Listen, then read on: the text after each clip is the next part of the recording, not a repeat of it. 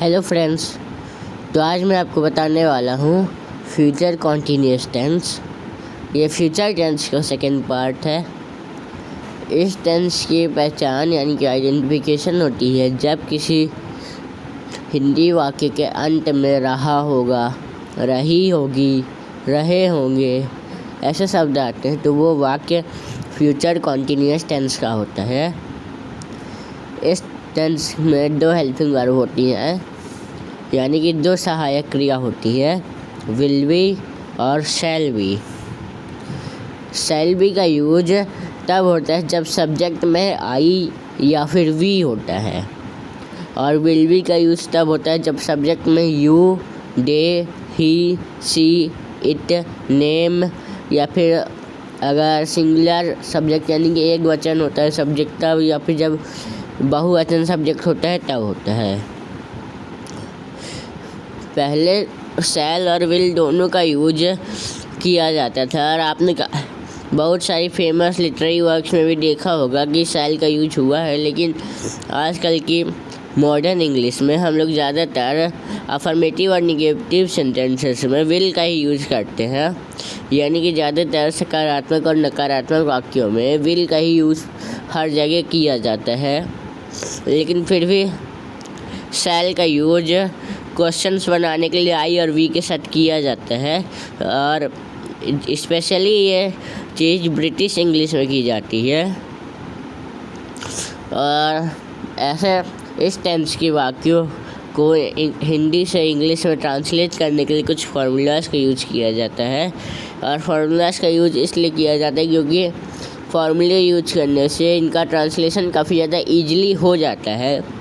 लेकिन बिना फार्मूले इनका ट्रांसलेशन करने में काफ़ी ज़्यादा दिक्कतें आती हैं, तो फार्मूलाज जानना भी बहुत ज़रूरी है। अगर हिंदी वाक्य अफर्मेटिव यानी कि सकारात्मक होता है तो फार्मूला होता है सब्जेक्ट प्लस विल या फिर shall plus be plus verb की first form plus ING plus object. Will और शैल वहाँ सब्जेक्ट के हिसाब से यूज होंगे कि सब्जेक्ट क्या है, उसके हिसाब से उनके यूजेस होंगे। और अगर हिंदी वाक्य निगेटिव यानी कि नकारात्मक है तो फार्मूला होगा सब्जेक्ट प्लस विल या फिर shall plus not plus be plus verb की first form plus ING plus object. और अफर्मेटिव और निगेटिव दोनों ही सेंटेंसेस के लास्ट में फुल स्टॉप ज़रूर लगाना चाहिए, वरना फिर सेंटेंसेस गलत भी माना जा सकता है। और अगर हिंदी वाक्य इंट्रोगेटिव यानी कि प्रश्नवाचक होगा तो फार्मूला होगा विल या फिर shall plus subject plus be plus verb की first form plus ING plus object, और लास्ट में क्वेश्चन मार्क यानी कि प्रश्नवाचक चिन्ह। और अगर हिंदी वाक्य इंट्रोगेटिव निगेटिव यानी कि प्रश्नवाचक नकारात्मक वाक्य होगा तो फार्मूला होगा विल या फिर shall plus subject plus not plus be plus verb की first form plus ING plus object, और लास्ट में क्वेश्चन मार्क यानी प्रश्नवाचक चिन्ह। जैसे कुछ एग्जांपल देता हूँ, वह मूवी देख रहा होगा। मैंने आपको इस टेंस की पहचान में बताया था कि रहा होगा, रही होगी, रहे होंगे। तो यहाँ पे रहा होगा आया है, इसका मतलब ये फ्यूचर कंटिन्यूअस टेंस का वाक्य है। अब हमको ये देखना कि ये अफर्मेटिव है, निगेटिव है, इंट्रोगेटिव है कि इंट्रोगेटिव निगेटिव है। इंट्रोगेटिव और इंट्रोगेटिव निगेटिव के लास्ट में हमेशा क्वेश्चन मार्क आता है, इसमें वो नहीं है, इसका मतलब ये वो दोनों में से कोई भी नहीं है। या तो ये अफर्मेटिव होगा या तो निगेटिव होगा। निगेटिव सेंटेंसेस में हमेशा नहीं वाली बात आती है, यहाँ पे मतलब ये नकारात्मक नहीं सकारात्मक है, इसका मतलब ये अफर्मेटिव सेंटेंस है। तो हम लोग अफर्मेटिव सेंटेंस वाला फॉर्मूला यूज करेंगे सब्जेक्ट प्लस विल या फिर shall plus be plus verb की first form plus ING plus object. तो यहाँ पे सब्जेक्ट क्या है वह, हाँ तो लिख देंगे ही।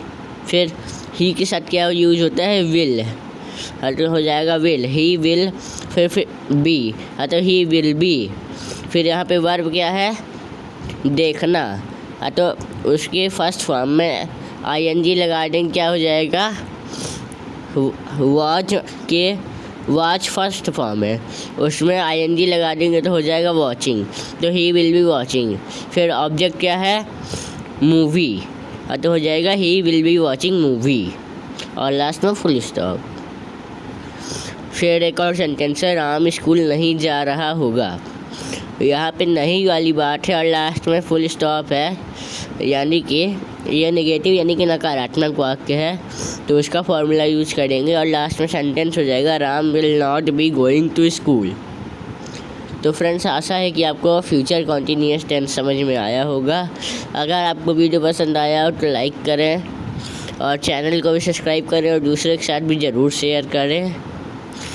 अगर आपको किसी भी टॉपिक से रिलेटेड कोई भी डाउट है तो आप कमेंट में ज़रूर पूछ सकते हैं। मैं जल्द से जल्द आपको आपका डाउट क्लियर करने की कोशिश करूँगा। तो फ्रेंड्स, जल्दी ही मिलते हैं किसी और नए वीडियो में किसी और नए टॉपिक के साथ। Thank you so much for watching. I love you all.